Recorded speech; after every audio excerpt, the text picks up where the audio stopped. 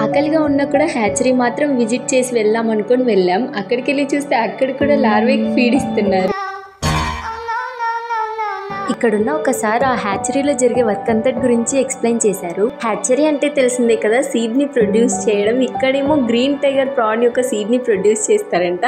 అసలు మన వాళ్ళకి ఎంతమందికి సైంటిఫిక్ నేమ్ గుర్తుందో కింద కమెంట్ చేయండి. ఇంకా ఇక్కడ చాలా పెద్ద పెద్ద ట్యాంక్స్ ఉన్నాయి సీ వాటర్ ని స్టోర్ చేయడానికి, డిఫరెంట్ స్టేజెస్ లో లార్వేని మెయింటైన్ చేయడానికి.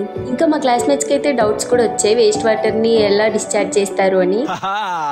మేము ఫస్ట్ ఇయర్ కంప్లీట్ అయ్యాక కొల్లేరు ట్రిప్ కి వెళ్ళినప్పుడు నేచురల్ హ్యాచరీ చూసాం. ఇప్పుడు ఇక్కడ ఈ హ్యాచరీ చూస్తున్నాం. ఇంకా దాచుకున్న డౌట్స్ అన్ని అడిగేస్తున్నారు మా ఫ్రెండ్స్. డౌట్స్ అడగడం చాలా మంచి లక్షణం, కానీ మనకి అది లేదు. మార్నింగ్ నుంచి చాలా తిరిగి ఫుల్ అలసిపోయి మేమున్నాం. మా ఫ్రెండ్స్ చూస్తే డాన్స్ వేస్తున్నారు. Nice dance, keep it up my dear friends. Okay bye, next వీడియోతో కలుద్దాం.